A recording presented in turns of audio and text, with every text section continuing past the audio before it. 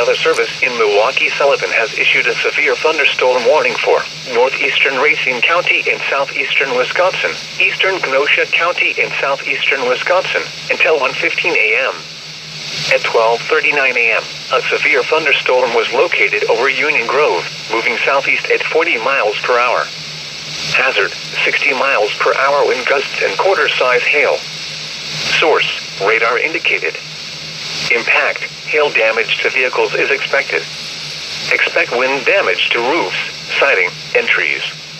Locations impacted include Kenosha, Racine, Mount Pleasant, Pleasant Prairie, Sturtevant, Union Grove, Windpoint, Caledonia, Elmwood Park, North Bay, Franksville, and North Cape. For your protection, move to an interior room on the lowest floor of a building.